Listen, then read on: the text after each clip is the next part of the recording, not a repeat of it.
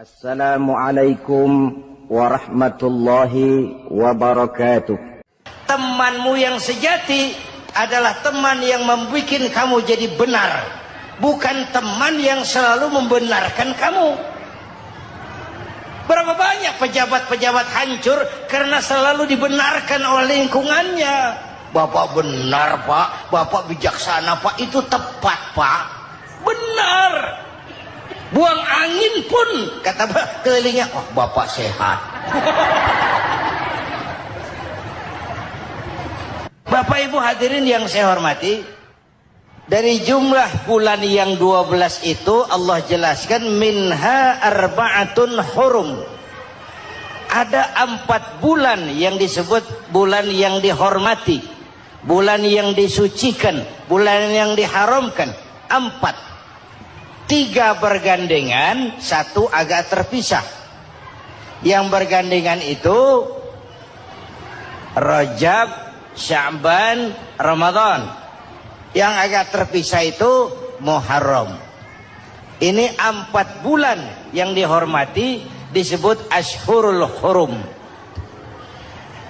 Saudara-saudara, Muharram ini salah satu dari 4 bulan yang istimewa. Kenapa? Banyak peristiwa besar yang terjadi di bulan Muharram. Hampir semua nabi dan rasul berkaitan dengan Muharram ini. Hampir semua nabi dan rasul. Kita akan kutip beberapa saja dalam konteks kekinian. Pertama, Allah menerima taubatnya Nabi Adam pada hari ke-10 bulan Muharram. Adam itu bapak moyang kita. Dosanya 1, makan buah khuldi, dikeluarkan dari surga. Kita dosanya banyak, kepengen masuk, nggak nyambung. Hai Adam, dari tidak ada kamu saya adakan. Saya perintahkan tinggal di surga. Merasa sepi sendirian, saya ciptakan Siti Hawa supaya kamu tenang. Kamu boleh nikmati semuanya. Ini boleh, itu boleh, ini boleh, itu boleh. Makan, makanlah yang kau mau. Minum, minumlah yang kau suka. Pakai, pakailah yang kau senang. 1 yang saya minta, jangan dekati pohon khuldi. Itu kau tidak sanggup, keluar. Diusir dari surga. Sujud Nabi Adam, kata riwayat 40 tahun sujud, membaca Rabbana zalamna anfusana wa illam taghfir lana wa tarhamna lanakunanna minal. Itu namanya istighfarnya Nabi Adam. Istighfar itu kan mengucapkan astagfirullah, basmalah, membaca bismillah. Jangan kayak teman saya disuruh banyak-banyak baca istighfar, benar-benar dia baca istighfar, istighfar, istighfar. Bukan itu maksudnya. Nah, maka salah satu amalan yang sangat dianjurkan di bulan Muharram ini memperbanyak istighfar. Tidak ada orangnya yang tidak. Ayo jujur, ini yang kumpul di sini semua, ada nggak yang nggak punya dosa? Yang merasa nggak punya dosa, ayo ke depan. Ada? Tidak ada. Setiap kita, entah kecil entah besar, sengaja terlupa, pasti mempunyai yang namanya khilaf dan salah. Dan Allah Tuhan kita bukan Tuhan pendendam. Allah Tuhan kita Tuhan yang ramah dan rahmah. Hei manusia, dosamu banyak, tapi ampunanku lebih banyak. Salahmu besar, rahmatku jauh lebih besar. Kau sujud di hadapanku, aku bangga melihatnya. Kau menangis di hadapanku, aku senyum melihatmu. Kau berjalan menujuku, aku berlari menyambutmu. Karena itu amalan yang sangat dianjurkan di bulan Muharram ini memperbanyak istighfar. Itu kalau istighfarnya Nabi Adam. Ada istighfarnya Nabi Yunus. Ibu kenal Nabi Yunus? Di mana kenalannya? Sok tahu. Nabi Yunus itu ketika berdakwah kepada kaumnya yang bandel, memberikan peringatan mau beriman akan turun azab. Kapan Yunus? Akan. Kenapa mesti akan? Sekarang aja kalau mau saya tungguin. Kurang ajar betul ini umat. Akhirnya Nabi Nuh menghindar dengan perhitungan kalau azab tidak turun saya sudah jauh. Meragukan janji Tuhan. Lalu naik kapal, dinaiki oleh Yunus, kapal mogok. Dicari siapa biang keroknya ini. Diundi ternyata Yunus. Sampai 3 kali diundi. Dibuanglah Yunus ke dasar laut. Ditelan oleh ikan Nun atas perintah Allah. Telan itu Yunus. Jangan pakai dikunyah. Rusak urusan. Telan saja. Simpan di perutmu. Dibawa oleh ikan Nun ke dasar lautan. Itu yang oleh Quran dikatakan bertemulah 3 macam kegelapan. Zulumatun salas. Gelapnya tengah malam, gelapnya di dasar laut, gelapnya di dalam perut ikan. Itu namanya peteng. Mbahnya gelap. Di perut ikan itulah Nabi Nuh sadar akan kesalahannya. Allah meragukan janji Allah. Ia sujud di dalam perut ikan itu, membaca la ilaha illa anta subhanaka inni kuntu. Itu istighfarnya Nabi Yunus. Dibacakan istighfar begitu, ikan sakit perut pak. Di dasar laut kemana mau cari apotik? Dia naik ke permukaan, memuntahkan isi perutnya. Nabi Yunus keluar dengan selamat. Itu pun terjadi pada hari ke-10 bulan Muharram. Istighfar intinya itu. Itu amalan utama bulan Muharram, memperbanyak istighfar. Allah selamatkan Nabi Nuh dari bahtera banjir yang luar biasa 10 Muharram. Allah selamatkan Nabi Ibrahim dari pembakaran Raja Namruz 10 Muharram. Setelah Nabi Ibrahim itu menghancurkan berhala-berhala, Abrahat pulang mau ibadah, lihat Tuhannya berantakan, marah besar. Siapa yang menghancurkan Tuhan-Tuhan kita ini? Ada yang lapor, kami lihat Ibrahim. Tangkap. Belum ada bukti. Tangkap dulu yang penting. Bukti belakangan. Tangkap. Wah, dikerahkanlah aparat. Tangkap Nabi Ibrahim. Disidang langsung oleh Abrahat. Oleh Namruz maksud saya. Ibrahim, kau yang menghancurkan berhala-berhala kami ini, Tuhan-Tuhan kami. Siapa bilang? Ada yang lapor. Ah, saya dengar enggak semua berhala itu hancur. Ada yang paling besar. Angkat tangan, saya lihat ada kampak di tangannya. Barangkali yang besar itu iseng tuh. Yang kecil-kecil dikampakin. Tanya aja sama dia. Kamu gila? Kenapa? Masa kami disuruh nanya berhala? Gak bisa jawab. Kenapa disembah? Lebih gila mana? Tahu gak bisa jawab kenapa disembah? Kurang ajar kamu Ibrahim. Bakar. Dibakar. Ketika Ibrahim dilempar ke kobaran api yang menggunung, Allah perintah api, ya naru kuni bardan wa salaman ala Ibrahim. Hai api, dinginlah sampean. Api Madura waktu itu Pak. Hai api, dinginlah sampean, selamatkan Ibrahim.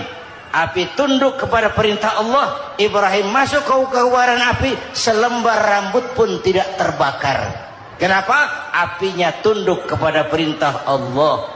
Kenapa? Karena Ibrahim orang yang takut kepada Allah. Api tunduk kepada perintah Allah.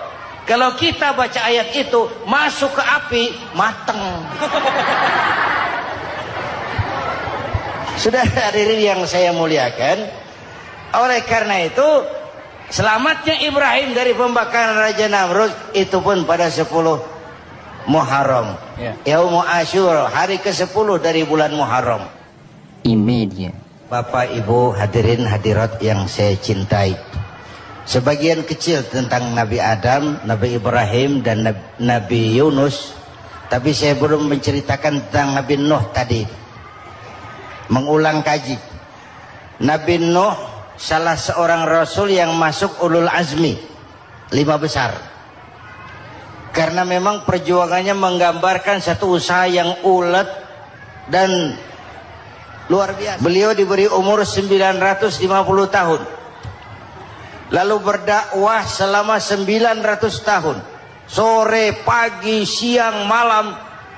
Dapat pengikut tidak lebih 80 orang.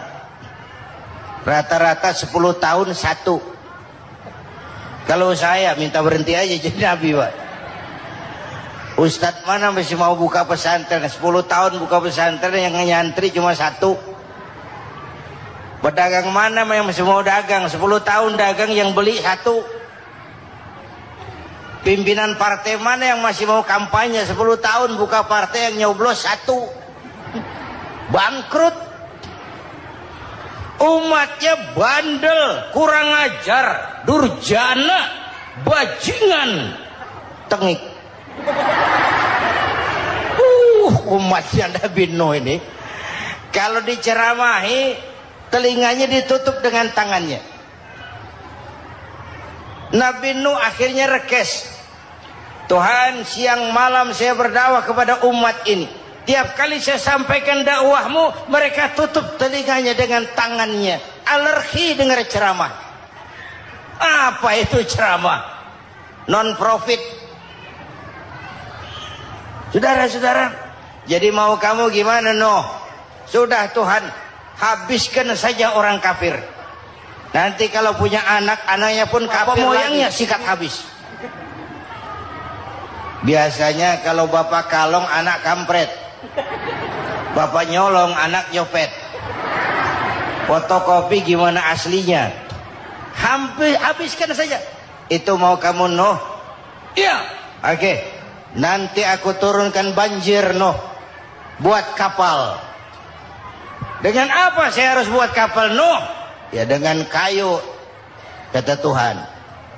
Kayunya dari mana, Tuhan? Ya dari pohon, Noh. Pohonnya belum ada, Tuhan. Ya tanam dulu, Noh. Bikin kapal, kayunya nanam pohon. Apa artinya? Perjuangan perlu kesabaran. Sukses itu ada prosesnya. Nggak bisa simsalabim abracadabra lalu kita mau sukses. Semua ada prosesnya. Walaupun kenyataannya begitu.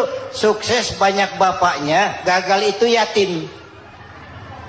Kalau kita sukses banyak yang ngakuin. Yang baru ketemu pakai manggil encing. Ketemu baru. Tapi sukses banyak bapaknya. Gagal yatim, gak ada yang mau ngakuin kalau kita gagal itu.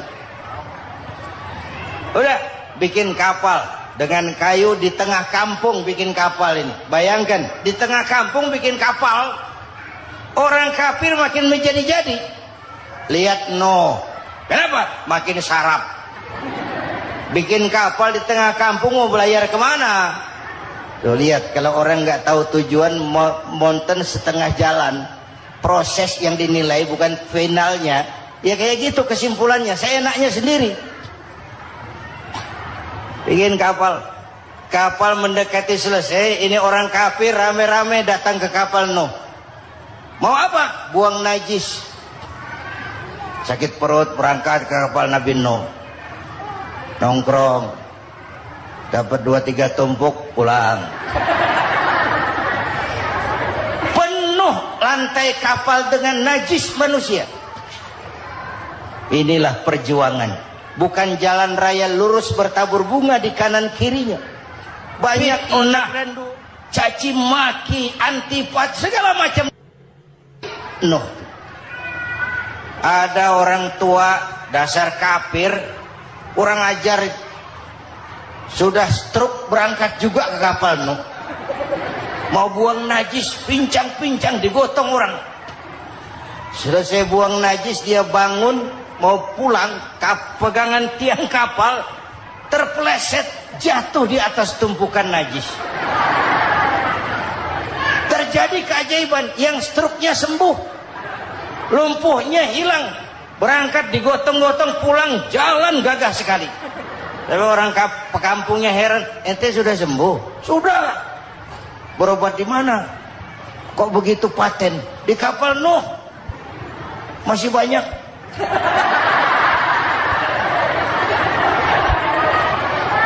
Yang berasa perlu obat bawa rantang. Ambil bersih lagi geladak kapal itu. Sudah selesai, Nuh? Selesai. Oke, kau orang yang beriman bersamamu, binatang serba sepasang, naik Nabi Nuh, naik orang beriman sepasang. Ini cikal bakal penyelamatan manusia, Pak. Naiklah orang beriman, sudah naik semua, Nabi Nuh kontrol. Ini contoh buat kita, kontrol. Sudah naik semua teman-teman, sudah. Pemimpin yang baik bukan cuma terima laporan di belakang meja. Laporan itu yang mana juga bagus. Sama juga kampanye, kampanye yang mana juga merdu. Kalau aja yang dihitung. Pernah ada calon bupati kampanye janji, kalau saya berhasil kita akan banyak bangun jembatan di daerah kita. Tanya, Pak, nggak ada sungai di kampung kita, Pak. Dia bilang, sungainya kita bangun sekalian. Udah kadung janji, mana pula orang mau bangun sungai itu. Saudara-saudara, kontrol. Jangan cuma tunggu laporan di belakang meja, semua laporan bagus. Ya, Bu? Bu,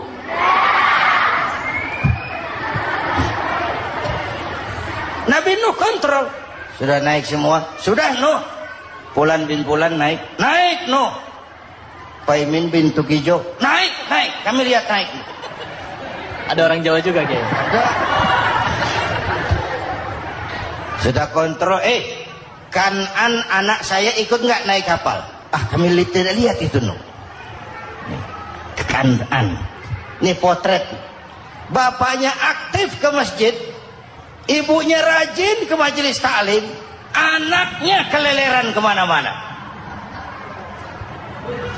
Bukan di sini, di Prancis. Udah di sini insya Allah sama.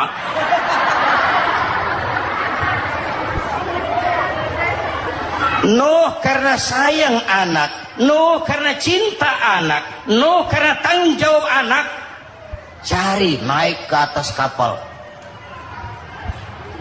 Lihat Kanaan, anak saya, nggak lihat, Nuh. Turun ke ruang bawah, periksa lagi. Mang, ayah Kanaan di dia. Jamaah Tasik ini rupanya ditanya. Tuh ayah, Mang. Ayah ke mana ya budak ini? Turun ke bawah Kanaan tuh. Orang raketok. Rombongan Jawa Tengah. Naik ke atas buritan.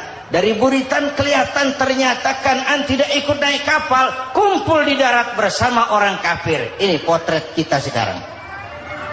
Kumpul sama orang kafir, hanyut anak-anak kita, ditelan budayanya orang kafir, ditelan tradisinya orang kafir, ditelan pergaulannya orang kafir. Nuh karena sayang anak dari atas manggil. Dalam Quran dijelaskan itu.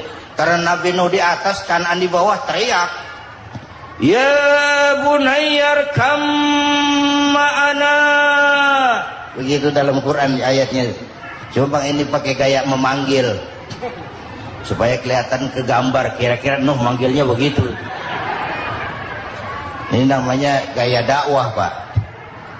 Kalau ceritanya datar nggak menarik, maka Nuh memanggil Kanaan, ya bunayyar kam ma'ana. Kata yang dengar, ini gaya orang manggil, ya bunayyar kam ma'ana. Kanaan, kesini nak, naik kapal sama papi. Di bawah itu nggak mau, papi, John di sini saja. Kata Nuh, jangan nak, Allah sedang murka, akan turun banjir. Kalau datang banjir, papi, sa'awi ila jabalin ya'simuni minal ma', saya akan naik ke gunung tinggi yang bisa menyelamatkan saya dari banjir. Kanaan naik ke gunung, gunung dihantam banjir, Kanaan mati. Sampai sekarang. Yang kelima, Nabi Musa, kisah Muharramnya ini. lahir dalam kondisi yang sulit karena Fir'aun mimpi akan lahir seorang anak dari keturunan Bani Israel yang akan menghancurkan kerajaannya. Kata Fir'aun, sudah lahir belum anaknya? Belum. Kalau gitu mulai malam ini laki-laki dilarang bergaul sama istrinya. Semua perempuan hamil di bawah pengawasan negara. Mulai hari ini kalau lahir anak laki-laki turut nama Bani Israel, penggal. Satpol PP disiapkan. Udah ada kayaknya. Ada. Patroli. Bayangkan, nah Fir'aun itu bikin undang-undang seenaknya sendiri. Apalagi merasa kekuasaannya dalam ancaman. Penguasa manapun kalau merasa dalam ancaman, panik. Padahal kekuasaan itu kayak harimau. Makin lama ditaiki, makin sulit turun. Kenapa? Karena macannya makin lapar. Naik terus capek, turun dimakan harimau. Serba sulit.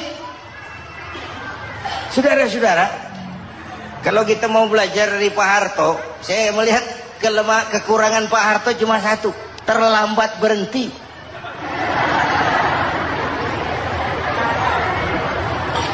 Terlambat berhenti. Di sekelilinginya banyak tukang-tukang jilat, tukang-tukang semir. Pak, kalau tidak ada bapak kami bagaimana, Pak? Bapak Ibu hadirin yang saya hormati, tapi kehendak Allah terjadi. Lahirlah Musa. Bayinya dihanyutkan di sungai Nil. Bayi sudah menderita, dihanyutkan di sungai Nil. Dan akhirnya besar di lingkungan istana Fir'aun. Diriwayat oleh Ratu Aisyah, perempuan Fir'aun. Setelah mulai berjuang, terjadilah itu. Musa dan pengikutnya dikejar oleh Fir'aun. Sampai di tepi laut, Allah wahyukan Musa, lempar tongkatmu ke laut. Dalam kondisi darurat, mukjizat tiada jalan. Kondisi darurat. Kalau tidak, mukjizat itu maunya Allah, bukan maunya Nabi. Nabi nggak kuasa. Allah yang mau. Tapi hidup Nabi bukan mukjizat, manusiawi. Tidak mentang-mentang ada mukjizat tongkat, tiap sulit main tongkat. Nggak usah berjuang kalau begitu. Itu darurat menyelamatkan umat. Tongkat dilempar ke laut, laut terbelah. Laut terbelah. Itu secara visualnya bisa kita lihat dalam film The Ten Commandments. Udah nonton belum? Urusan nonton kalah sama Ustadz bagaimana sih? Ten Commandments, 10 firman Tuhan. Tekniknya bagus tuh. Bagaimana laut terbelah. Musa lewat, Fir'aun mengejar. Musa sampai di ujung sana, Fir'aun masih di sama tengah perjalanan. Laut nutup kembali. Laut menutup kembali, Fir'aun tenggelam. Cengap-cengap di lautan. Begitu nafas sampai di tenggorokan, Fir'aun sambil cengap-cengap itu, amantu bi Rabbi Musa wa Harun. Duh, kalau begini mah saya juga percaya sama Tuhannya Musa. Malaikat maut jengkel, goblok loh. Terlambat sekarang. Ditenggelamin terus. Modar. Musa selamat. Fir'aun mati. Jenazahnya, jasadnya terdampar di pinggir laut. Beberapa waktu kemudian ditemukan di balsam, diawetkan. Itu sesuai janji Quran. Wa kadzalika nunajjika bi badanika litakuna liman khalfaka ayah. Kami selamatkan badan kamu agar jadi pelajaran bagi orang-orang sesudah kamu nanti. Janji Quran tepat. Janji itu 14 abad yang lalu. Jasad Fir'aun ditemukan, dimumi, diawetkan, dibalsam di bawah nama Farao Ramses II. Sekarang tersimpan di Museum Negara di Mesir. Kapan-kapan nanti ibu main ke Mesir, mampir. Naik ojek paling berapa itu? Oh, orangnya tinggi, hidungnya mancung, pokoknya pantaslah jadi Firaun. Selamatnya Musa di kejaran Firaun di ujung sana itu terjadi pada hari ke-10 bulan Muharram, yang oleh orang Nasrani diperingati dengan hari raya Paskah. Mereka melaksanakan puasa, mensyukuri nikmat keselamatan dari kejaran Fir'aun. Makanya kalau kita ikut puasa di bulan Muharram, bukan mengikuti syariatnya Nasrani, salah. Karena Nabi mengajarkan, itu sumbernya. Bukan ikutan sama ibadahnya Israel.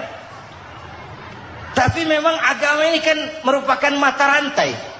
Datang Rasul baru melengkapi Rasul sebelumnya, datang Rasul baru melengkapi Rasul sebelumnya. Mata rantai yang berkaitan. Setelah Muhammad selesai, selesailah tugas Nabi dan Rasul. Selesailah misi Nabi dan Rasul. Tidak ada Nabi lagi sesudah Nabi Muhammad. Itu harga mati, titik. Gak ada kompromi. Siapapun sekarang ini nggak datang ngaku jadi Nabi, wajib tidak percaya. Wajib tidak percaya.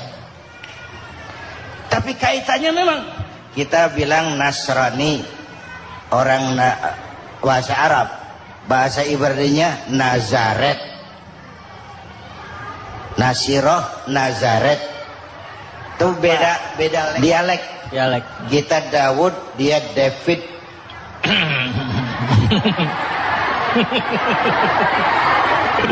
Ibrani.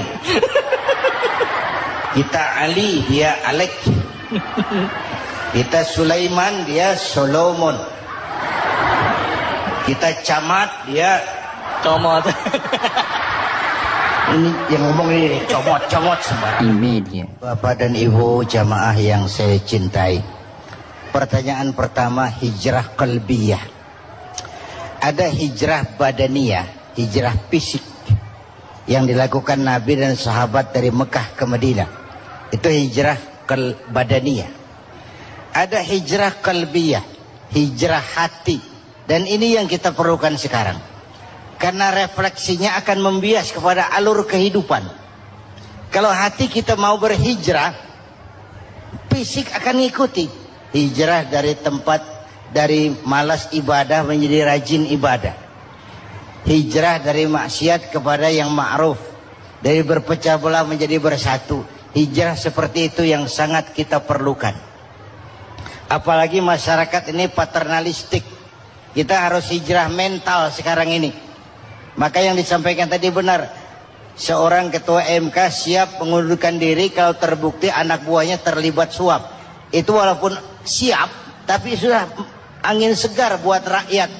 Bahwa masih ada banyak insya Allah pejabat kita yang punya harga diri. Walaupun ada juga pejabat kita yang muka tembok, kulit badak, kuping kebo.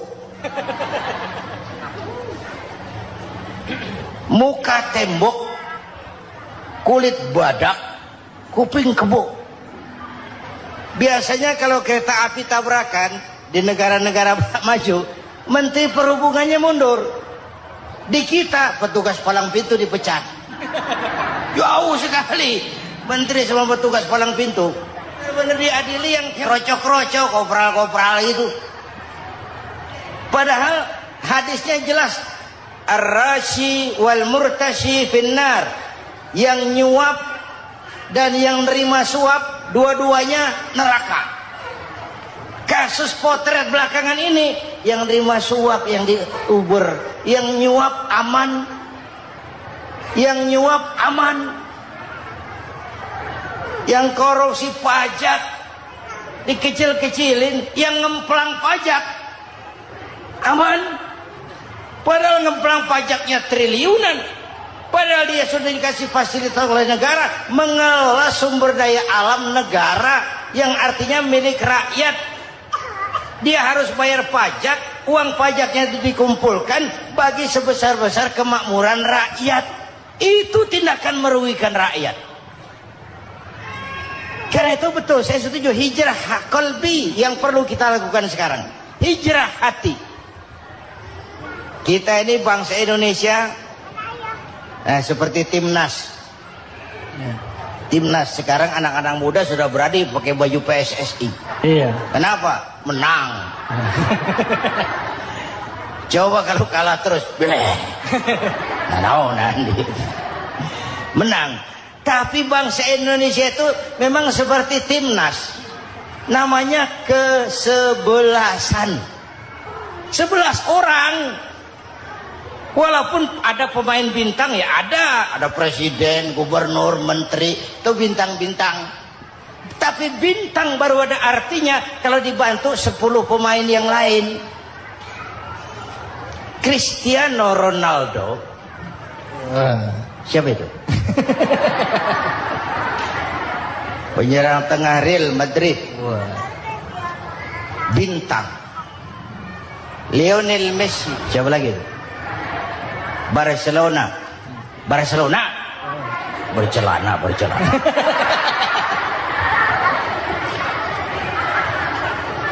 Michael Rooney. Bintang Manchester United. Ronaldo baru bintang, Messi baru bintang kalau ada 10 pemain yang lain.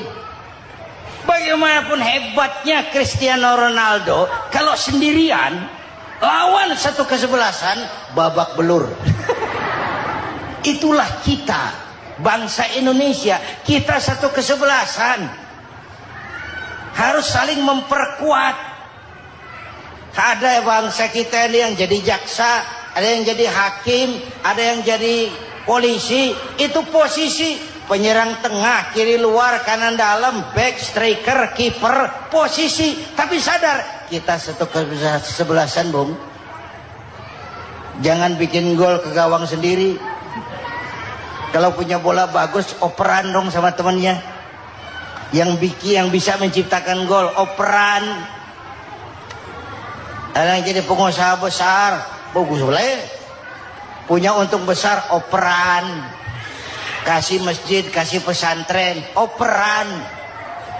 Ini kesebelasan kita kalau punya bola pelitnya setengah mati, Pak. Nggak mau ngoper. Bawa sendiri, mending bikin gol. Enggak. Kita ini satu kesebelasan. Satu sama lain harus saling memperkuat.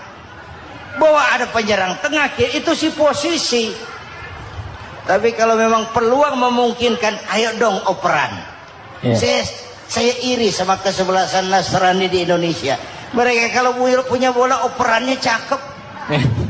Gereja cepat selesai, rumah sakit Kristen cepat selesai. Kenapa? Operannya bagus. Kita ini kalau punya bola bawa sendiri, nggak mau ngoper. Maka masjid nggak selesai-selesai. Madrasah banyak yang bocor. Rumah sakit Islam kalah bersaing. Kenapa? Operannya berat. Ayo menyadari kita ini timnas, satu kesebelasan. Jangan menjegal kawan seiring. Kawan sendiri dijegal. Sudah musuh terlalu kuat, gawang sendiri dijebol. Akhirnya terbalik kita ini. Ujian terberat telah diberikan Allah kepada para anbiya. Kemudian para aulia, kemudian para ulama. Summal amsal fal amsal, ke bawah dan ke bawah, diuji setiap orang menurut kekuatannya berpegang kepada agama. Kalau karena anak Melayu bilang, kalau takut dengan ombak, jangan berumah di tepi pantai. Kalau takut diterjang ombak, jangan berumah di tepi pantai.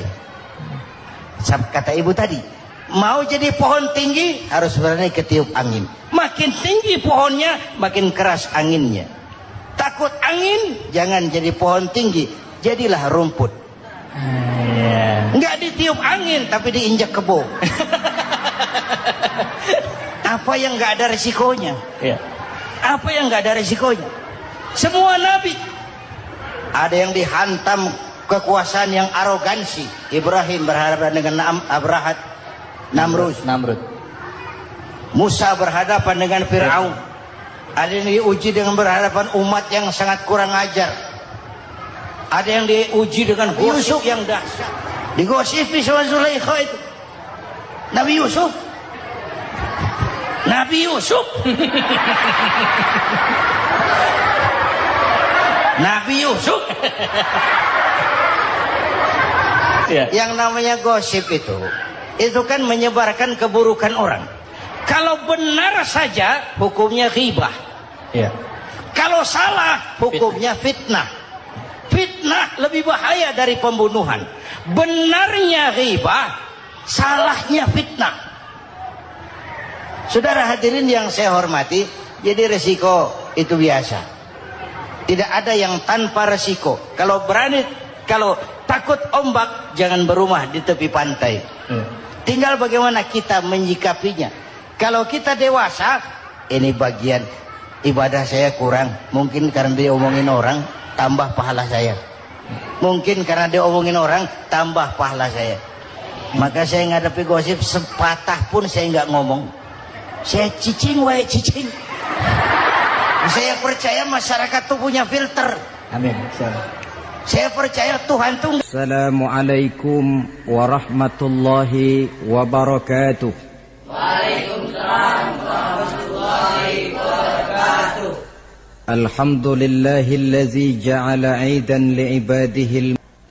Bahwa orang yang menjalankan ibadah Ramadan dengan baik, dalam arti siang dia laksanakan ibadah puasa, sementara dia hidupkan malam-malam Ramadan dengan sholat tarawih, i'tikaf, tadarus Al-Quran dan sebagainya.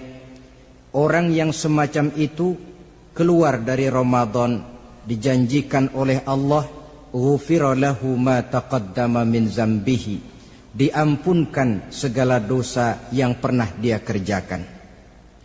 Sehingga ia keluar dari bulan Ramadan seperti bayi baru dilahirkan oleh ibunya, bersih, tidak punya dosa kepada Allah lantaran sudah dibersihkan oleh ibadah Ramadan.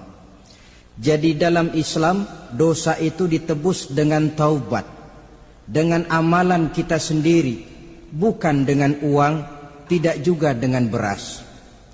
Saya percaya kalau dosa bisa ditebus dengan beras misalnya, barangkali Menteri Pertanian akan lebih dulu masuk surga. Kalau dosa bisa ditebus dengan uang, mungkin Gubernur Bank Sentral atau para Menteri Keuangan akan menjadi penghuni surga nomor wahid. Dalam Islam, dosa ditebus dengan taubat kepada Allah. Orang yang melaksanakan ibadah dengan baik di bulan Ramadan, keluar Ramadan, masuk 1 Syawal seperti bayi baru dilahirkan oleh ibunya. Pantas dia mengucapkan minal aidin, semoga kami termasuk orang yang kembali kepada fitrah, suci, bersih. Dia rayakan hari itu, hari di mana dia kembali kepada kesucian. Itulah hakikat daripada Idul Fitri. Dengan kata lain, Idul Fitri ini tidak bisa dilepaskan kaitannya dengan ibadah Ramadan. Hanya oleh karena kita melaksanakan ibadah Ramadan, maka kita rayakan Idul Fitri. Dengan bahasa yang lebih langsung, sebenarnya yang berhak merayakan Idul Fitri mereka yang mengisi Ramadan dengan kegiatan ibadah. Saudara-saudara kaum muslimin yang berbahagia, lalu bagaimana prosesnya?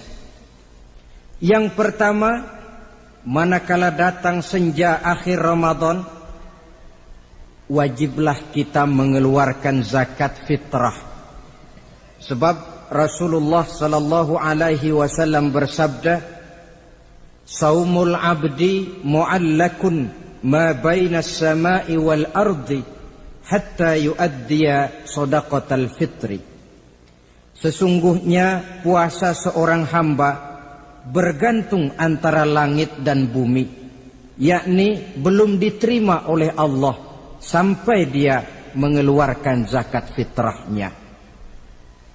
Memang boleh mengeluarkan zakat fitrah itu sejak awal Ramadan. Itu waktu yang dibolehkan. Jadi saudara tidak mau sibuk, begitu 2 hari puasa lalu bayar zakat fitrah. Boleh. Tetapi waktu yang wajib sejak terbenam matahari akhir Ramadan. Waktu yang terbaik untuk membayar zakat fitrah selesai sholat subuh sebelum orang berangkat melaksanakan sholat Idul Fitri. Waktu yang makruh setelah orang selesai sholat Idul Fitri lalu baru bayar zakat fitrah, makruh di situ. Sedangkan waktu yang haram apabila matahari terbenam pada hari raya tanggal 1 Syawal baru mau bayar zakat fitrah, sudah haram hukumnya. Jadi diawali dengan membayar zakat fitrah, dan ini merupakan realisasi daripada latihan puasa, cinta kepada fakir miskin. Orang bilang kan bulan Ramadan itu katanya bulan latihan. Kata orang Jawa, month of training. Bulan latihan. Apa sih perlunya latihan? Kalau PSSI masuk latihan, tentu keluar latihan mainannya makin bagus. Elias Pikal masuk latihan, keluar latihan gaya tinjunya makin hebat. Itu perlunya latihan. Kalau latihan tiap hari tapi main kalah terus, orang kan bilang buat apa latihan kalau main kalah terus. Kita muslimin selama Ramadan sebulan penuh masuk latihan. Latihan sabar, latihan jujur, latihan disiplin, latihan sederhana, latihan mengendalikan nafsu. Berhasil atau tidaknya latihan itu kelihatan dalam gaya hidup kita sesudah keluar Ramadan. Kalau tidak, Ramadan sabar, habis Ramadan habis sabarnya. Ramadan rajin ke masjid, selesai Ramadan selesai ke masjidnya. Ramadan rajin baca Quran, selesai Ramadan selesai rajinnya. Itu pertanda latihan tidak berhasil. Maka salah satu latihan ini kita buktikan kecintaan kita kepada fakir miskin dengan kewajiban membayar zakat dan zakat fitrah. Ya Allah, sudah saya rasakan bagaimana tidak enaknya lapar dan haus. Sudah saya rasakan bagaimana tidak enaknya penderitaan orang-orang fakir dan miskin yang tiap hari kelaparan dan kehausan. Sebagai pertanda ya Allah, saya keluarkan zakat fitrah ini untuk orang-orang fakir dan miskin. Itu kita keluarkan pada saat matahari akhir Ramadan terbenam. Masuk malam pertama bulan Syawal. Malam takbiran kalau istilah di kampung kita ini. Allah Subhanahu wa taala dalam Al-Qur'an menjelaskan, walitukmilul iddata. Hendaklah engkau sempurnakan jumlah bilangan hari puasamu, berpuasa sebulan penuh. 30 hari atau lebih sering 29. Bila sudah sempurna hari puasa itu, walitukabbirullah, hendaklah engkau agungkan Allah. Hendaklah engkau bertakbir. Oleh karena itu disunahkan menghidupkan malam 1 Syawal, malam hari raya Idul Fitri itu dengan memperbanyak takbir. Sejak matahari terbenam selesai sholat maghrib, kita kumandangkanlah kalimat takbir itu dari rumah ke rumah, dari surau ke surau, dari masjid ke masjid, dari kampung ke kampung, pertanda rasa syukur kita yang tiada terhingga kehadirat Allah Subhanahu wa taala, Tuhan yang Maha Esa dan Maha Kuasa. Entah kenapa bila matahari akhir Ramadan terbenam, datang malam 1 Syawal, berubah perasaan kita. Sedih menjadi gembira, sukar menjadi mudah, hati yang tadinya digenangi air kebencian berubah menjadi hati yang penuh dengan cinta kasih kepada sesama. Kumandang takbir bagi orang-orang yang hidup tinggal di rantau, mengingatkan dia kepada kampung halamannya. Terkenang dia sungai tempat dia mandi, lapangan tempat dia bermain. Oi kampuang nan jauh di mato katanya. Sehingga orang-orang yang tinggal di tanah rantau diusahakannya benar supaya bisa berlebaran pulang mudik katanya, nak berkumpul dengan sanak keluarganya supaya lebih mudah bersilaturahmi sambil mengenang masa-masa lalu di kampung halaman. Jadi setelah zakat fitrah kita tunaikan, sambutlah malam Idul Fitri itu dengan memperbanyak takbir. Ini disunahkan. Menghidupkan malam Lebaran dengan memperbanyak takbir, bukan memperbanyak bakar petasan. Itu kan pekerjaan mubazir, dan mubazir itu jelas perbuatan setan. Ada yang bilang katanya bakar petasan itu nambah syiar. Syiar macam mana datang dari petasan? Sebagian lagi berjaga-jaga juga, tapi bukan dengan memperbanyak takbir. Bergadang-gadang di pinggir jalan, ngebut dengan kendaraan aneka warna. Tidak itu yang diajarkan agama. Berkumpul kita di surau, berkumpul kita di masjid, paling kurang berkumpul di rumah dengan keluarga. Ramai-ramailah kita bertakbir, memanjatkan puji dan syukur kepada Allah. Ya Allah, kalau tidak lantaran petunjukmu, sulit rasanya melaksanakan perjuangan yang berat sebulan penuh ini. Melatih diri, membina takwa, mengharap ridha. Dengan lapar melilit perut, dengan haus mencekik kerongkongan, bersyukur kami kepadamu ya Allah. Dan sebagai pertanda kami kumandangkan kalimat takbir, memuji keagungan dan kebesaranmu. Allahu Akbar, Allahu Akbar, Allahu Akbar, walillahil hamd. Saudara-saudara kaum muslimin rahimakumullah. Di dalam satu hadis dari Ubadah bin Samit diriwayatkan oleh Imam Tabrani, bersabda Rasulullah sallallahu alaihi wasallam, "Man ahya lailatal fitri lam yamut qalbuhu yauma tamutul qulubi." Barang siapa yang menghidupkan malam Idul Fitri, maka hatinya itu tidak akan pernah mati pada saat hati-hati orang lain menjadi mati. Kita yang paling khawatir dalam hidup ini, pada saat hati kita sudah mati selagi jasad masih hidup, menjadilah kita bangkai berjalan dalam pandangan Allah. Badan hidup tapi hati mati, bangkai berjalan dalam pandangan Allah. Jadi ini hakikat merayakan Idul Fitri. Puasa Ramadan sebulan penuh, malamnya ibadah, menunaikan zakat fitrah, lalu malamnya menghidupkan malam dengan takbiran. Yang terjadi kan kita lihat adat yang dibesarkan, ibadat ditinggal. Puasa tidak, taraweh apalagi, Lebaran kurang seminggu sudah lebih sibuk dia daripada yang puasa. Ke pasar kayaknya pasar mau dibeli semua. Rumah pun dicat, dikapur, baju diperbarui. Itu kan kulit.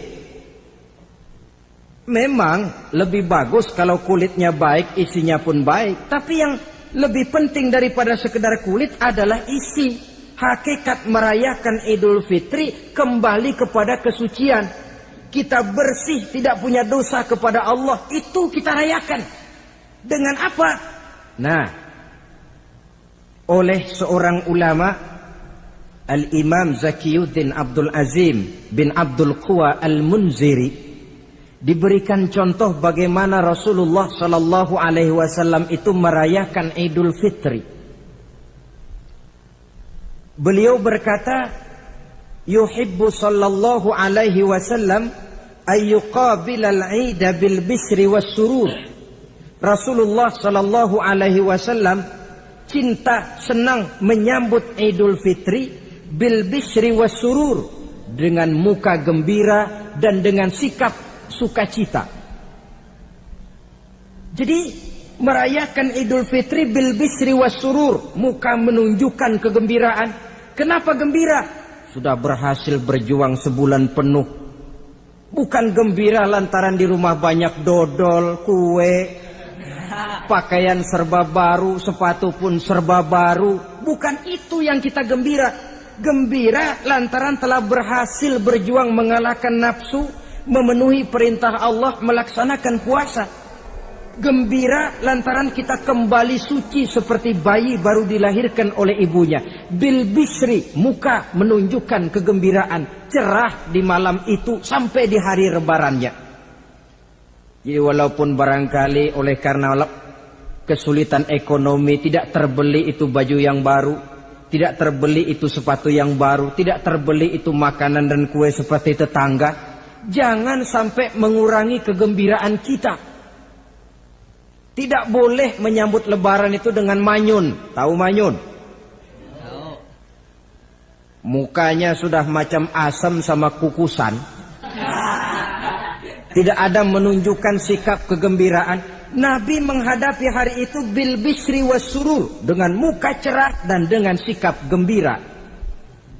Tapi gembira dalam arti tetap pada jalur kontrol. Lalu apa lagi? Wat taubatu lillahi ta'ala, dengan tetap melaksanakan taubat kepada Allah. Wan nadam 'alal khataya, menyesal terhadap segala kesalahan yang pernah dikerjakan. Itu yang dilakukan baginda Nabi di hari raya.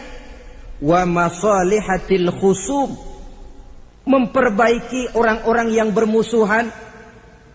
Wal akhdhi binasiril mazlum, menolong orang-orang yang teraniaya.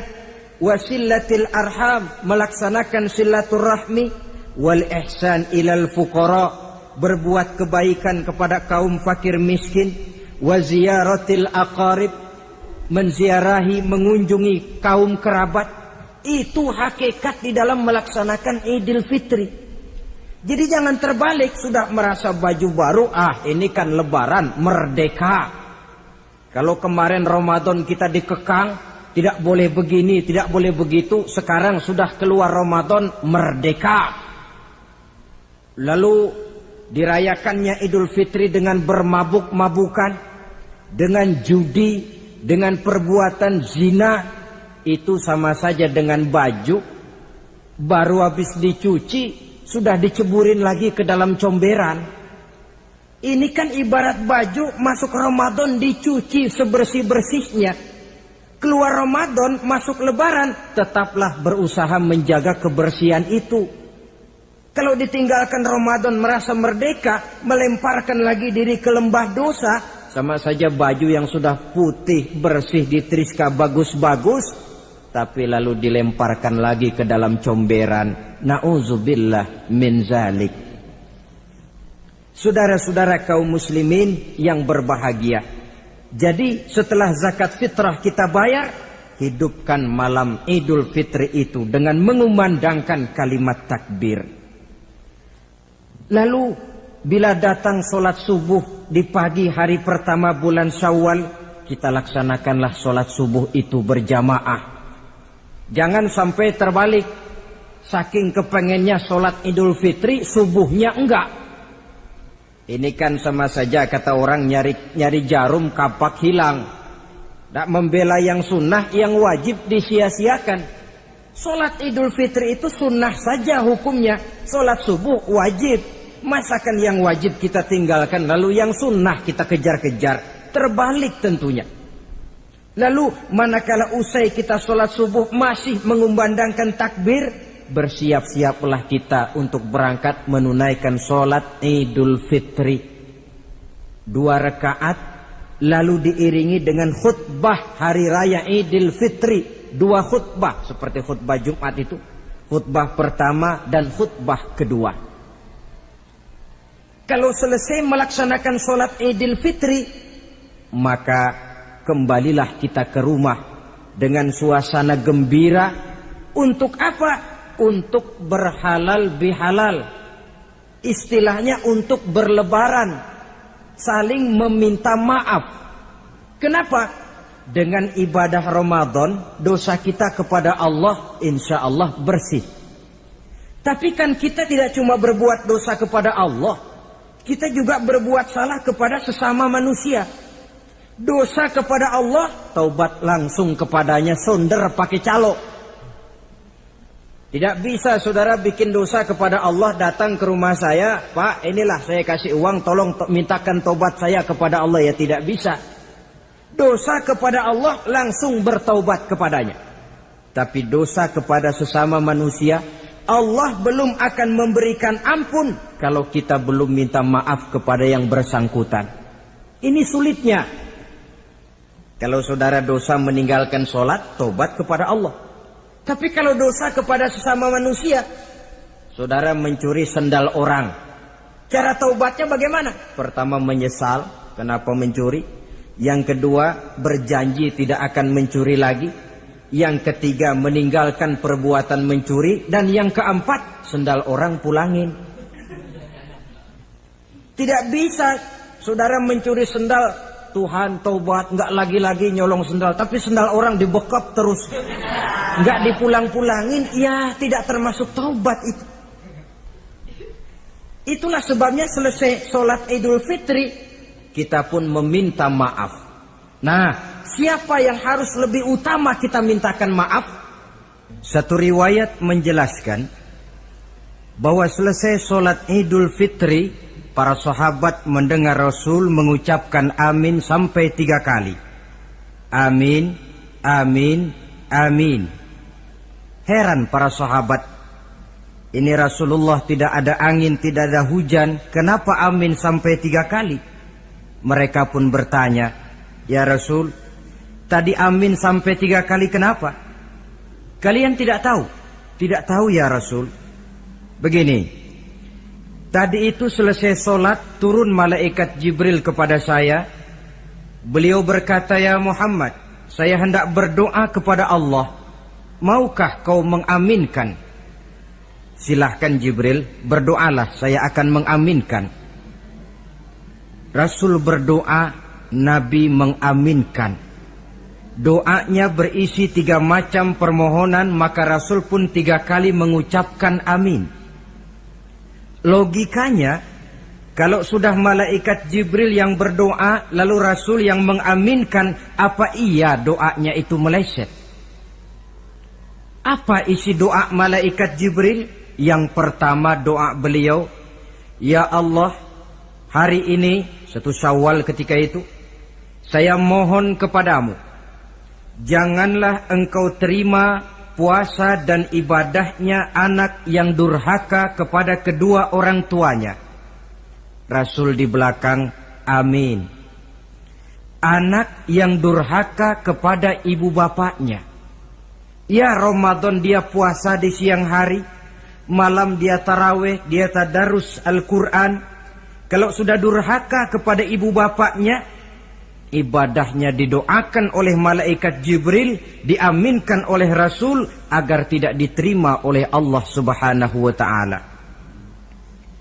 Sebab itu manakala usai sholat Idul Fitri, pulang kita ke rumah, bersimpuhlah kepada ibu bapak, meminta maafnya, meminta ridhonya. Ibu kita yang telah mengandungkan kita, melahirkan kita antara pilihan hidup dan mati. Bapak yang pergi pagi pulang sore, peras keringat banting tulang untuk mendidik dan membesarkan kita. Demi setelah kita yang anak ini jadi orang, kadang-kadang lupa kacang akan kulitnya. Bagaimanapun tinggi status sosial seorang anak, bagaimanapun banyak gelar di sandangnya, bagaimanapun kayanya dia, kalau sudah durhaka kepada kedua orang tuanya, alamat hidup tidak akan memperoleh keberkahan. Doa malaikat Jibril yang kedua, ya Allah, hari ini saya mohon kepadamu, jangan engkau terima puasa dan ibadahnya suami istri yang tidak saling memaafkan. Sebab itu seorang suami, seorang istri, selesai turun sholat Idul Fitri, hendaklah berlapang dada si suami memaafkan istrinya, meredokannya. Si istri pun bersimpuh meminta maaf dan ridho suaminya. Istri yang durhaka kepada suaminya. Sebab itu tidak heran kalau Rasul dalam satu hadis pernah menjelaskan, ayyumam ra'atin matat wa zawjuha anha radin illa dakhalatil jannah. Kalau ada seorang perempuan meninggal dunia, suaminya ridho kepadanya, itu perempuan akan masuk surga. Ini artinya, kalau seorang perempuan meninggal, suaminya tidak ridho kepadanya, biar dia tukang sholat, biar dia ahli puasa, biar dia hadir di majelis taklim manapun, meninggal tidak diridhoi suaminya, pintu surga belum dibukakan sampai suaminya ridho kepadanya. Riwayat lain menjelaskan bahwa sepulang Isra dan Mi'raj, Rasul bercerita kepada para sahabat, saya dalam perjalanan Mi'raj itu diperlihatkan neraka. Neraka ya Rasul? Iya. Lalu bagaimana? Saya lihat isinya kok kebanyakan perempuan. Perempuan? Laki bagaimana ya Rasul? Laki juga tidak sedikit. Kenapa lebih banyak perempuan ya Rasul? Apa mereka tidak sholat? Sholat? Tidak puasa barangkali? Mereka rajin puasa. Tidak suka mengaji barangkali? Mungkin lebih rajin dia dari suaminya. Lalu apa penyakitnya ya Rasul? Beliau menjawab, hunna yakfurnal asir. Penyakit perempuan itu dimanapun, tidak pandai bersyukur, kurang rasa terima kasih kepada suaminya. Suaminya yang bertahun-tahun pergi pagi pulang sore, peras keringat banting tulang untuk menghidupi keluarga, sekali saja terselip berbuat salah, hilang jasanya yang bertahun-tahun itu. Cuma salahnya saja yang diingat. Ibarat kata pepatah, panas setahun, habis dibalas oleh hujan satu hari. Habis dibalas oleh hujan satu hari. Malaikat Jibril yang ketiga, ya Allah, hari ini saya mohon kepadamu, janganlah engkau terima puasa dan ibadahnya muslim yang tidak mau memaafkan sesama saudaranya muslim. Tugas kita adalah meminta maaf, tetapi memberi maaf lebih mulia, karena memang memberi maaf lebih sulit daripada meminta maaf. Oleh sebab itu momen hari raya Idul Fitri intinya adalah halal bihalal. Bukan lalu merasa merdeka sudah ditinggalkan oleh Ramadan, berbuat sesuka hati, yang laksana baju sudah dibersihkan tapi dibenamkan kembali ke dalam lumpur. Yang kita inginkan agar bersih hubungan kita dengan Allah dan baik juga hubungan kita kepada sesama manusia. Hadis yang kedua, pada suatu hari ketika kumpul dengan para sahabat, Rasul bertanya, Atadruna manil muflis? Saudara-saudara, tahu nggak siapa orang bangkrut, orang sial, orang yang tidak beruntung itu siapa? Pertanyaan yang menarik. Jawaban sahabat macam-macam. Ada yang bilang al-muflisu fina man la dirham lahu wala mata'. Ya Rasul, menurut pendapat kami orang yang bangkrut, orang yang sial, yang tidak punya duit dan tidak punya harta. Itu jawab sahabat, dan begitu jawab banyak orang sekarang. Siapa yang banyak uang raja dia, yang tidak punya uang bangkrut dia. Sampai-sampai pepatah orang Arab bilang, innad darahima fil amakini kulliha taksur rijala mahabatan wa jalala. Uang itu di mana-mana katanya bikin hebat orang yang memilikinya. Coba lihat orang yang tidak punya uang dengan yang punya uang, jangan gaya hidupnya, gaya jalannya saja lain. Coba orang kerja itu hari Kamis sama hari Sabtu lain jalannya. Hari Kamis loyo, lesu, manyun. Tapi kalau sudah hari Sabtu gagah bukan main. Kenapa? Ada uang di kantongnya. Wahia lisanun liman arada fasahatan. Uang adalah lidah yang paling fasih untuk bicara. Bicara lidah macet, coba uang yang bicara talk chair. Wahia silahun liman arada qitalan. Uang juga senjata paling ampuh bagi orang yang mau maju ke medan perang. Tapi apa benar begitu? Rasul menjawab, innal muflisa min ummati, orang yang bangkrut dari golongan umatku. Umatku bukan orang lain, bukan mereka yang tidak punya uang, kata Rasul, bukan mereka yang tidak banyak hartanya. Orang yang bangkrut dari golongan umatku, may ya'ti yaumal qiyamah bi salatin wa siyamin wa zakatin. Orang yang di hari kiamat nanti datang menghadap Allah dengan membawa pahala solat. Sebab waktu di dunia dia tukang solat. Menghadap Allah dia setor, ya Allah ini pahala solat saya. Solat wajibnya, solat sunnah rawatib nawafilnya. Wasiyamin, pahala puasa juga dia bawa setor kepada Allah. Baik puasa wajib Ramadan, puasa sunnah Senin Kemis, puasa sunnah 6 hari di bulan Syawal. Wa zakatin, pahala zakatnya juga dia bawa menghadap Allah di satu pihak. Cuma sayang kata Allah, wa ya'ti qad syatama haza. Dia juga datang membawa dosa karena pernah mencaci maki orang. Wa qazafa haza, pernah memfitnah orang. Wa akala mala haza, pernah memakan harta orang dengan cara yang batil. Wa syafaka dama haza, mengalirkan darah orang tanpa alasan yang benar.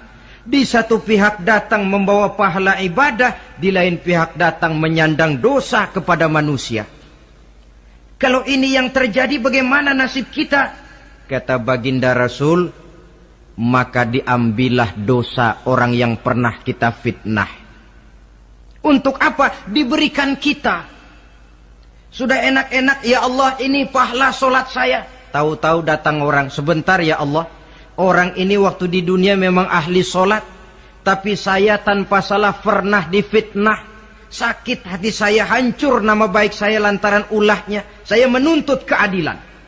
Benar orang ini pernah kau fitnah? Benar ya Allah. Kalau begitu pahala solatmu sini, kasihin orang yang kau fitnah.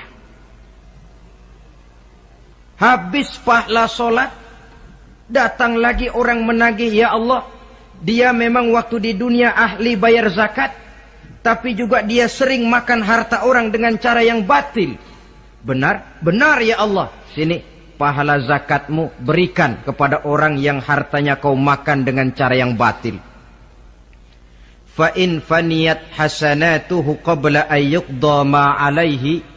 Kalau pahala kebaikannya sudah habis untuk nutup hutang dosa, sementara tagihan datang terus, ukhiza min khotoyahum, maka diambillah dosa orang-orang yang pernah kita fitnah, kita caci maki, kita zolimi, untuk diberikan kepada kita. Apa enggak bangkrut ini? Sudah pahala dipretelin, dosa dikasih lagi. Ibarat orang dagang, modal habis, tagihan utang datang terus. Apa pasalnya ini? Dia cuma baik kepada Allah. Solatnya betul, puasanya bagus, zakat dia bayar. Tapi kepada sesama manusia, dia tukang fitnah, tukang mencaci maki, ahli makan harta orang dengan cara yang batil. Bangkrut nasibnya di akhirat nanti. Maka keliru kalau momen Idul Fitri itu dimanfaatkan untuk sesuatu yang merusak arti kesucian, merusak arti fitrah. Mari kita dengarkan hadis dari Wahab bin Munabbah. Inna iblis alaihi la'nah yasihu fi kulli yaumi idin. Iblis tiap hari raya Idul Fitri teriak-teriak. Akibat teriakannya, laskarnya, bala tentaranya kumpul. Ya Sayyidana, man aghdabuka. Wahai junjungan kami, kata bala tentara iblis ini.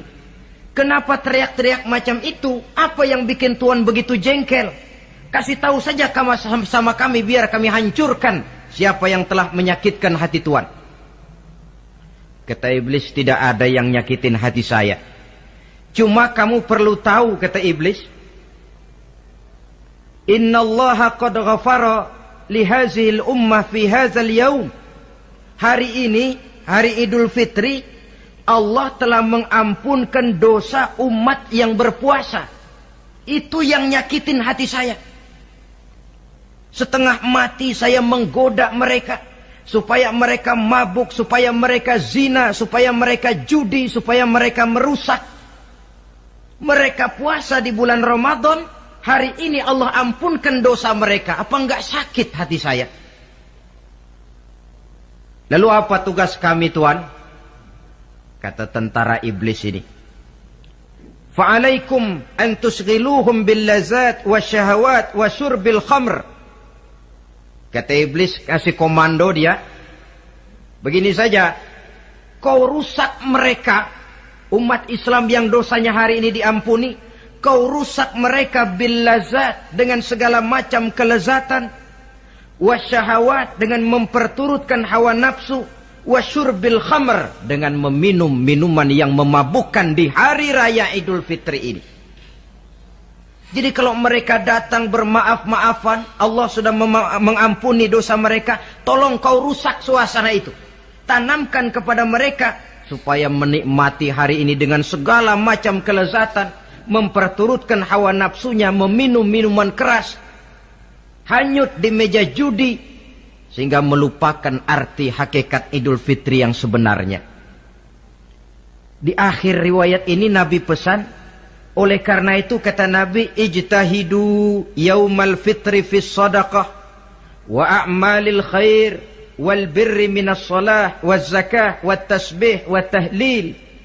Oleh sebab itu kata Nabi, hati-hatilah kamu, sungguh-sungguhlah kamu pada hari Idul Fitri ini melaksanakan segala macam kebajikan seperti sedekah, perbuatan baik, salat, zakat, mengucapkan tasbih, tahlil, karena hari ini Allah telah mengampunkan dosa kamu. Jadi jangan dinodai hari yang bersih itu dengan perbuatan-perbuatan yang tercela. Inilah kelirunya kalau adat lebih dibesarkan daripada ibadat. Kalau menyambut Idul Fitri itu yang lebih diutamakan baju barunya, pakaian serba barunya, rumah serba bersihnya, lalu fasilitas serba adanya, lupa kepada intinya, manusia akan mudah terjerumus menodai hari yang suci dengan perbuatan yang kotor. Saudara-saudara, ma'asyiral muslimin rahimakumullah. Karena itu Rasulullah sallallahu alaihi wasallam pernah menjelaskan apa hakikat hari raya sebenarnya. Beliau berkata, lil mu'mini khamsatu a'yad. Orang beriman mempunyai 5 hari raya.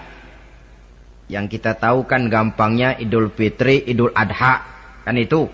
Ya. Rasul berkata, orang beriman sebenarnya mempunyai 5 hari raya. Hari raya yang dia rayakan dengan kegembiraan. Kapan saja itu? Pertama, kullu yaumin yamurru 'alal mu'min wa la yuktabu 'alaihi zanbun. Setiap hari yang dilalui oleh seorang mukmin tanpa Allah menulis dosanya, itulah hari raya baginya. Jadi kalau berlalu 1 hari dan hari itu kita tidak melakukan dosa satupun, itu hari raya.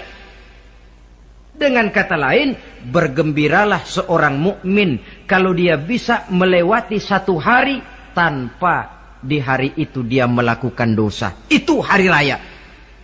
Aduh, saya girang benar hari ini. Kenapa? Hari ini tidak ada dosa yang saya kerjakan rasanya. Hari raya pertama adalah hari di mana kita lewati tanpa melakukan dosa. Kira-kira bisa nggak 1 hari lewat tanpa dosa? Ya, bukan cuma sekedar mau, tapi berusaha untuk bisa. Ini hari raya yang pertama.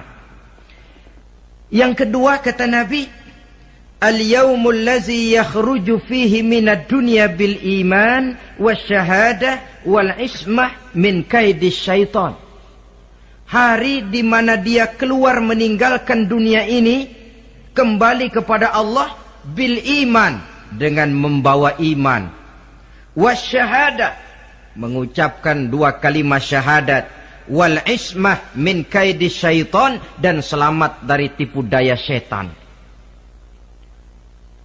Saudara-saudara, mati membawa iman, sempat mengucapkan 2 kalimat syahadat, selamat dari tipu daya setan, itu hari raya kita.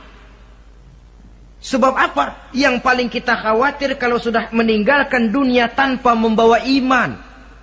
Tidak sempat mengucapkan 2 kalimat syahadat. Nah, supaya kita mati bisa mengucapkan 2 kalimat syahadat, caranya bagaimana? Ya tergantung latihan dan kebiasaan. Orang kepengen kaya mesti latihan kaya. Orang kepengen bisa nyanyi mesti latihan nyanyi.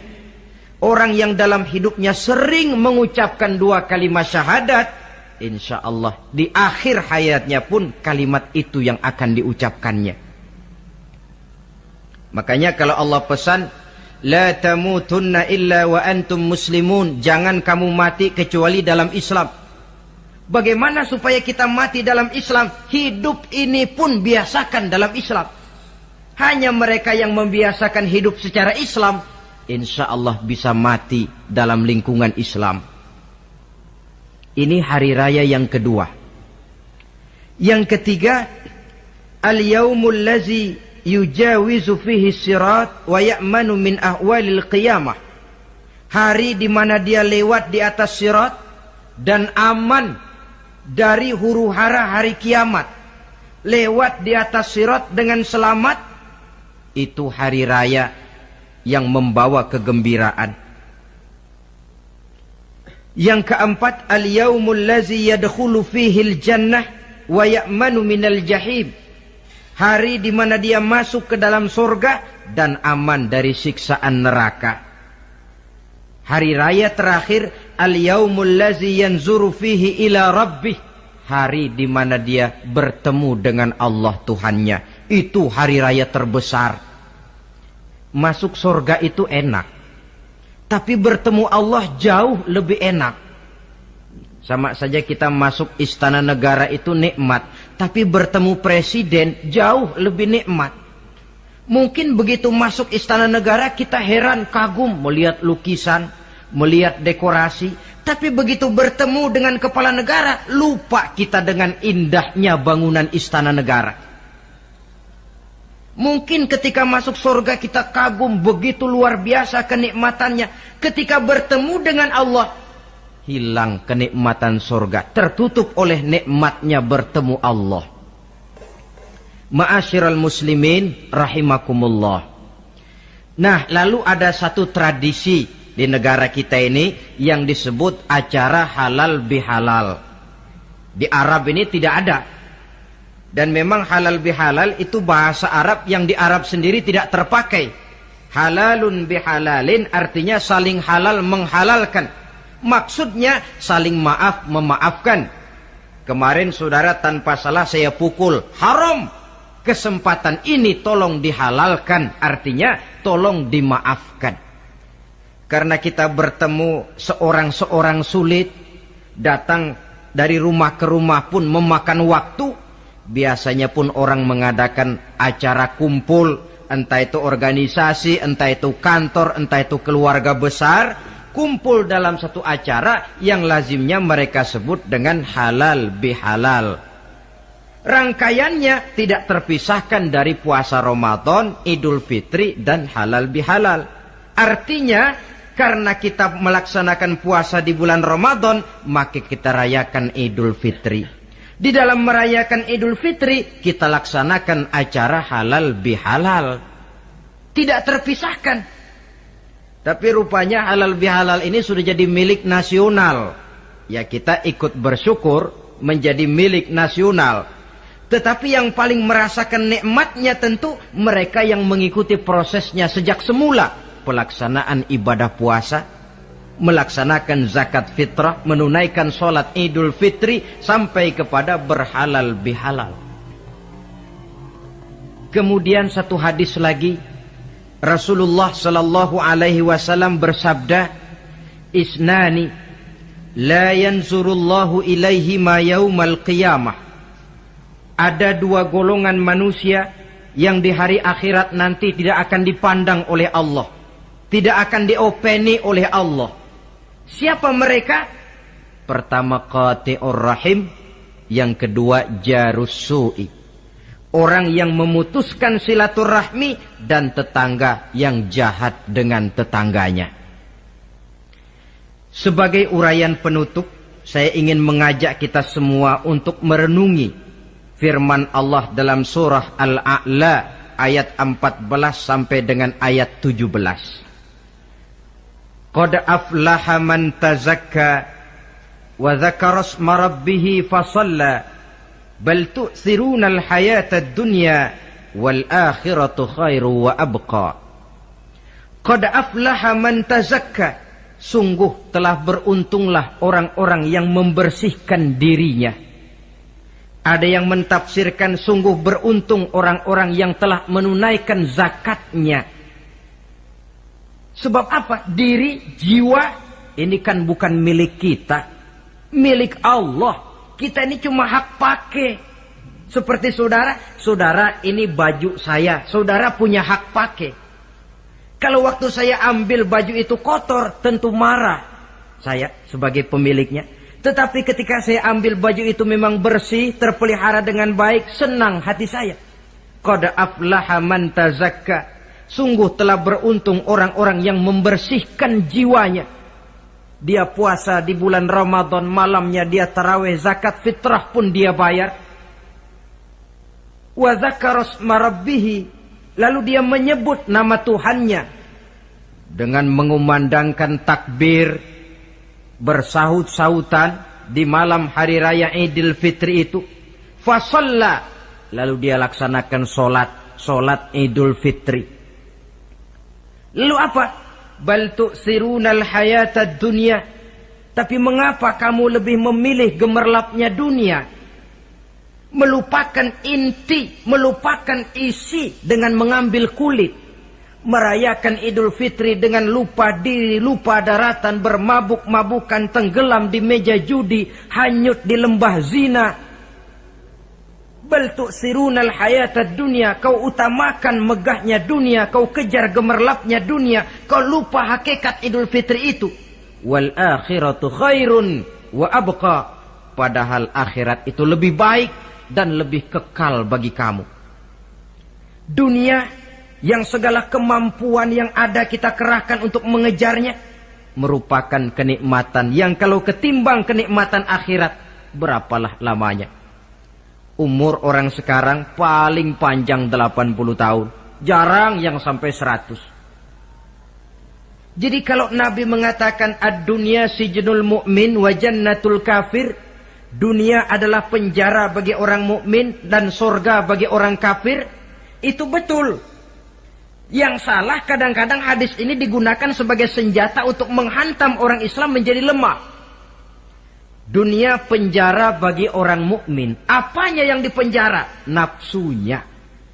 Dalam kehidupan di dunia ini, seorang mukmin tidak bebas memperturutkan hawa nafsunya, dipenjara nafsunya. Wa jannatul kafir, tapi dunia ini surga bagi orang kafir. Tidak lagi merupakan penjara, dia bebas memperturutkan hawa nafsunya. Dilarang tidak terlarang, dicegah pun tidak tercegah. Kalau habislah dunia, habislah sudah surganya sampai di situ. Bila datang ajal, selesailah sudah kesenangannya sampai di situ. Saudara-saudara, ma'asyiral muslimin rahimakumullah. Oleh karena itu, janganlah di dalam merayakan Idul Fitri ini kita mengutamakan kulit dengan melepaskan isinya. Hari raya fitrah, hari raya kesucian, yang seharusnya dirayakan dalam suasana kesucian, jangan dinodai dengan perbuatan-perbuatan kotor yang akan mengundang dosa di dalam kehidupan kita. Sehingga 1 bulan latihan di dalam Ramadan ini mewarnai kehidupan kita 11 bulan berikutnya. Tanda bahwa latihan berhasil. Keluar Ramadan, gaya hidup kita makin baik. Ada kesinambungan. Jangan cuma Ramadan bisa sabar, selesai Ramadan selesai sabarnya. Ramadan rajin ke masjid, selesai Ramadan selesai rajinnya. Ramadan cinta kepada yatim piatu dan fakir miskin, selesai Ramadan malah kejam kepada yatim dan orang-orang miskin. Latihan tidak akan membawa hasil seperti yang diharapkan. Puncaknya tercapailah tujuan daripada pelaksanaan ibadah puasa, la'allakum tattaqun, agar dengan pelaksanaan ibadah puasa kamu menjadi manusia yang bertakwa kepada Allah. Bukankah di sini harga dan nilai daripada manusia? Jadi puasa dengan kemampuan mengendalikan diri, dengan kesederhanaan, dengan disiplin, dengan cinta kepada fakir miskin, seluruhnya bertujuan membentuk manusia yang bertakwa. Dan saya yakin bukan suatu kebetulan kalau di dalam GBHN, garis besar haluan negara kita, dirumuskan bahwa tujuan pendidikan di Indonesia membentuk manusia yang bertakwa kepada Tuhan yang Maha Esa. Saya yakin itu bukan kebetulan. Saya percaya itu bukan hasil lamunan karena yang duduk di DPR, MPR orang bonafid semua. Tujuan pendidikan, apapun nama pendidikan itu, harus mengarahkan, membawa manusia Indonesia menjadi orang yang bertakwa kepada Tuhan. Dan dalam artian kita, takwa itu tidak lain kemampuan melaksanakan segala yang diperintah Allah dan kesanggupan menjauhi segala yang dilarangnya. Ma'asyiral muslimin rahimakumullah. Karena itu saya ingat benar, orang-orang tua kita itu betul. Kalau dia berlebaran, dia bawa anaknya yang kecil-kecil itu ke rumah keluarga, sanak familinya, diperkenalkan. Ini bibimu, yang itu pamanmu, sebelah sana tuh kakekmu. Apa yang kita ingat di waktu kecil akan tertanam sampai kita besar. Istilahnya tidak kehilangan obor. Tahu keluarga, kenal sanak famili. Yang terjadi zaman sekarang, kadang-kadang ipar dengan ipar berkelahi, keponakan dengan keponakan bermain hantam. Kenapa? Hilang obor, tidak ada yang memberikan penyuluhan bahwa dia masih keluargamu. Apa latar belakangnya? Kurangnya silaturahmi. Apalagi remaja sekarang kalau diajak pergi berlebaran kuno keragunan saja ngelihat uak. Ya tidak ada salahnya toh, rekreasi persilakan. Keragunan kah, ke Taman Mini kah, ke Taman Impian Jaya Ancol kah. Tetapi silaturahmi ini utamakan. Kunjungi keluarga, kunjungi sanak famili, handai tolan. Sebab apabila silaturahmi ini sudah retak, pada akhirnya kita kehilangan obor. Manakala sudah kehilangan obor, boleh jadi kita tidak akan saling mengenal satu dengan lainnya. Bukankah adat hidup katanya tolong menolong? Bila kita merupakan satu keluarga besar, mungkin ada kelemahan di bidang pendidikan, yang lain maju di bidang ekonomi, saling membantu sehingga terwujud di mana yang satu menunjang kemajuan bagi yang lainnya. Saudara-saudara, inilah pembicaraan kita pada pertemuan kita kali ini. Dengan harapan tentunya mudah-mudahan kita benar-benar masuk dalam kelompok minal aidina wal faizin wa kullu amin wa antum bi khair. Termasuk orang yang kembali suci kepada fitrah, beruntung dan amalan ibadah kita diterima oleh Allah Subhanahu wa taala. Sekian dan demikian, terima kasih atas segala perhatian, mohon maaf atas segala kekurangan. Usikum wa nafsi bitaqwallah. Wassalamualaikum warahmatullahi wabarakatuh. Waalaikumsalam warahmatullahi wabarakatuh.